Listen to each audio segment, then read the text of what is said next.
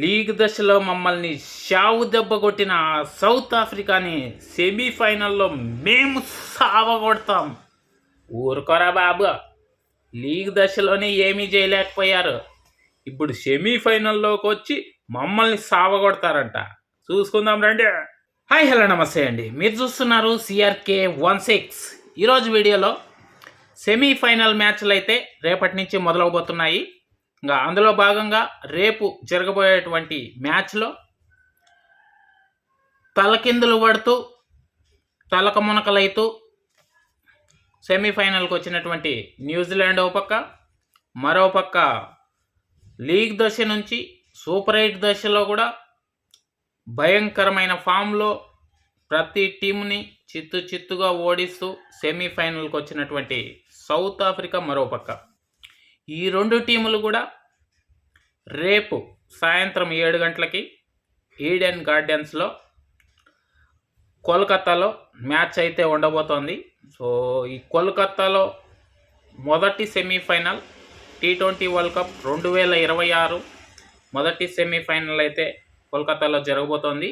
ఈ రెండు టీముల మధ్య న్యూజిలాండ్, సౌత్ ఆఫ్రికా, ఈ రెండు టీములు ఆల్రెడీ లీగ్ దశలో ఒకసారి పోటీ పడ్డాయి.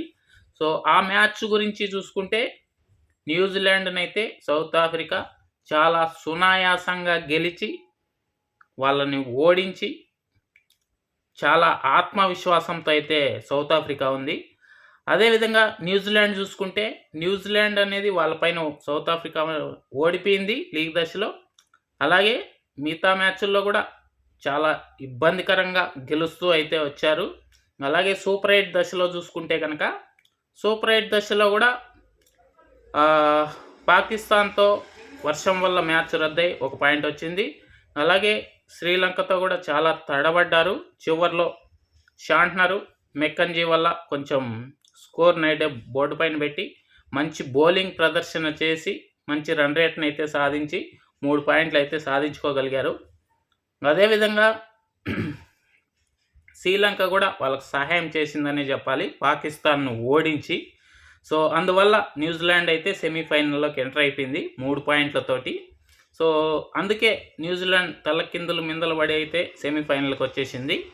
ఇంకా ఈ సెమీఫైనల్లో న్యూజిలాండ్ ఏమనుకుంటోందంటే మమ్మల్ని లీగ్ దశలో ఓడించిన ఈ సౌత్ ఆఫ్రికాని ఎట్టాగైనా సరే ఈ సెమీఫైనల్లో ఓడించి ఫైనల్కి దూసుకెళ్తామనేసి అయితే ధీమాతో ఉన్నారు. అలాగే ఈ న్యూజిలాండ్ టీము చాలా తక్కువైన టీం అయితే కాదండి. ఇప్పటి వరకు జరిగిండే T20 వరల్డ్ కప్లు అన్ని టీముల్లోకెల్లా ఎక్కువ సార్లు సెమీఫైనల్కి వచ్చినటువంటి టీం ఈ న్యూజిలాండ్ టీం. సో దీన్ని అయితే తక్కువ అంచనా వేయకూడదు. ప్రతిసారి సెమీస్కి వస్తుంది, అక్కడి నుంచి ఇంటికి వెళ్ళిపోతుంటారు.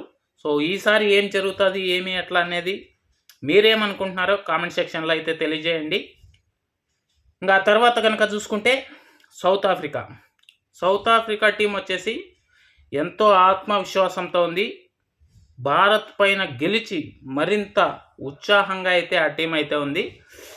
ఈ T20 వరల్డ్ కప్ జరగక ముందు చూసుకుంటే కనుక ఈ సౌత్ ఆఫ్రికా టీం అనేది అంత బలంగా కనబడలేదు. భారతే ఫేవరెట్గా ఉన్నట్లయితే మనకు అనిపించింది. భారత్ పైన ఎప్పుడైతే గెలిచారో వాళ్ళ ఆత్మవిశ్వాసం అనేది రెట్టింపు అయిపోయింది. దీనివల్ల సౌత్ ఆఫ్రికా టీంని బీట్ చేయాలి అంటే న్యూజిలాండ్కు సర్వశక్తులు వడ్డాల్సిందే. చూద్దాం ఏం జరుగుతుందో. ఇంకా నేనేమనుకుంటున్నాను అంటే న్యూజిలాండ్ టీం కనుక బౌలింగ్లో కొంచెం బెటర్గానే పర్ఫార్మెన్స్ చేస్తుంది.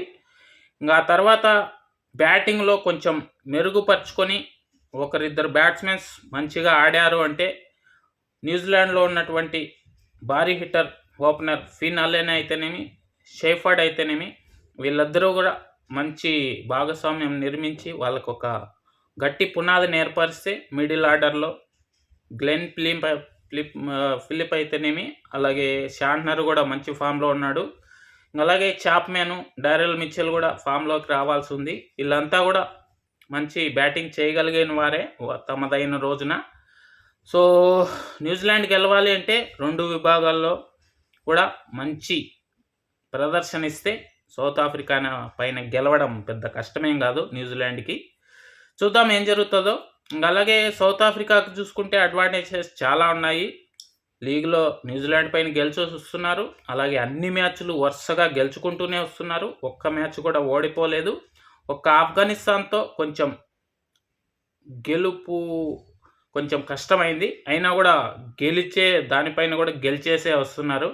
సో దీనివల్ల సౌత్ ఆఫ్రికా టీం అయితే ఫేవరెట్గానే బరిలోకి అయితే దిగుతోంది. ఇంకా ఈడెన్ గార్డెన్స్లో ముందుగా టాస్ గెలిచినటువంటి టీం వచ్చేసి ఫీల్డింగ్ తీసుకునే అవకాశాలు ఎక్కువగా కనబడుతున్నాయి. ఎందుకంటే సెకండ్ బ్యాటింగ్ చేసేటప్పుడు డ్యూ అనేది వస్తుంది, తేమ అనేది ఉంటుంది. కాబట్టి అందువల్ల సెకండ్ బ్యాటింగ్ చేసేటప్పుడు కొంచెం ఈజీ అవుతుంది అనే ఒక ఉద్దేశంతో వాళ్ళు టాస్ ఎవరైతే గెలుస్తారో వాళ్ళు ఫీల్డింగ్ తీసుకునే అవకాశాలు ఉన్నాయి.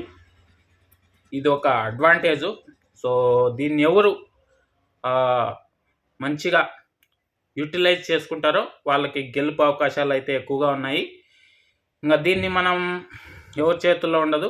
ఎవరు టాస్ గెలిస్తే వాళ్ళు ఏదైనా తీసుకునే అవకాశాలు ఉన్నాయి. ఎక్కువగా ఫీల్డింగ్ తీసుకునే అవకాశాలే ఉన్నాయి. చూద్దాం ఏం జరుగుతుందో. ఇంకా సౌత్ ఆఫ్రికా టీం అయితే అన్బీటన్గా ఉంది. ఇంకా ఎవరు గెలుస్తారు ఏమి ఎట్లా అనేది నేను ఇందాకే చెప్తానని చెప్పాను కదా. సో నేను చెప్పిన దాని ప్రకారం చూసుకుంటే 65% సౌత్ ఆఫ్రికా, 35% న్యూజిలాండ్ గెలిచే అవకాశాలు ఉన్నాయి. మీరేమనుకుంటున్నారో కింద కామెంట్ సెక్షన్లో అయితే తెలియజేసేయండి. ఇంకా లైక్ కొట్టిన వాళ్ళు లైక్ కొట్టేసేయండి. ఇంకా మన ఛానల్ ఎవరైనా కొత్తగా చూస్తుంటే ప్రతి ఒక్కరు కూడా సబ్స్క్రైబ్ చేసుకొని సపోర్ట్ చేయండి. నీ ఛానల్ ఇప్పుడే మొదలుపెట్టాను. సో ఇలాగే మీ ముందుకు రోజు వచ్చి అనాలసిస్, అలాగే నా వీడియో నచ్చితే కనుక ఎంటర్టైన్మెంట్గా ఉంది అనిపిస్తే ప్రతి ఒక్కరు సపోర్ట్ చేస్తారని అయితే ఆశిస్తున్నాను. థ్యాంక్ యూ అండి ఈ వీడియోని ఎంతవరకు చూసినందుకు. ఇంకా ఆ తర్వాత వీడియోలో మీకు మన భారత్ ఇంగ్లాండ్ ముంబైలో మ్యాచ్ జరగబోతోంది. దానికి సంబంధించి మరో వీడియో ద్వారా మళ్ళీ మీ ముందుకైతే వస్తాను. ఇంకా ఆ వీడియో కావాలి అని కోరుకునే వాళ్ళు కామెంట్ సెక్షన్లో అయితే తెలియజేయండి. అలాగే ఈ వీడియో పైన కూడా మీ అభిప్రాయాన్ని అయితే ఖచ్చితంగా కామెంట్ సెక్షన్లో అయితే తెలియజేస్తారని అయితే కోరుకుంటున్నాను. థ్యాంక్ యూ అండి. అలాగే మన ఛానల్ అనేది ముందుకు తీసుకెళ్తారని కూడా ఆశిస్తున్నాను. అలాగే ఇంతకుముందు వీడియోస్ చూడకన్నా ఉంటే ఆల్రెడీ వీడియో చేశాను ఒకటి. సో ఎవరు ఫైనల్లో గెలుస్తారు ఏమి ఎట్లా అనే ఒక అంచనాతో వీడియో చేశాను. సో ఆ వీడియో చూడకన్నా ఉంటే మన ఛానల్లోకి వెళ్ళి ఆ వీడియో కూడా చూడడానికి అయితే ప్రయత్నించండి. థ్యాంక్ యూ అండి. నెక్స్ట్ వీడియోతో మళ్ళీ మీకు ఒక అమేజింగ్ ఎంటర్టైన్మెంట్గాను అలాగే సమాచారంతో మీ ముందుకైతే రావడానికి ప్రయత్నిస్తాను. మీరైతే మన ఛానల్ని ఇలాగే సపోర్ట్ చేస్తారని అయితే కోరుకుంటున్నాను. Thank you. బాయ్.